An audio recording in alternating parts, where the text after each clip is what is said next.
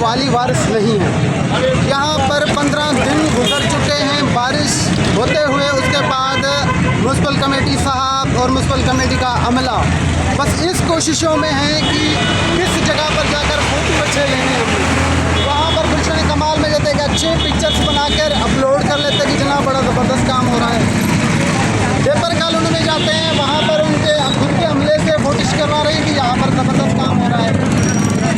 इनका सुबह से लेकर शाम तक 15 दिन गुजर चुके हैं कि सिर्फ फोटो सेक्शन तक महदूद है। आया कि आप लोगों का कोई लाहे अमल होना चाहिए, आप लोगों के पास कोई काम होना चाहिए जिस बुनियाद पर आप लोगों के मसले हल कर सकें। इस मसले का हल हमें चाहिए।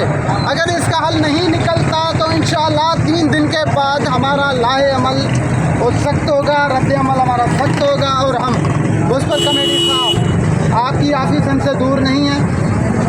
म्युनिसिपल कमेटी साहब आपके बलजाती नुमाइंदे और आपके हैंडओवर जो अमला है उनसे आप जो काम करवा रहे हैं, क्या आप उन काम की तनख्वाह लेते हैं? सिर्फ फ़ोटो निकलवाने की तनख्वाह देते हैं उनको, या लोगों की खिदमत के लिए देते हैं? पहला आपसे यह क्वेश्चन है हमारा।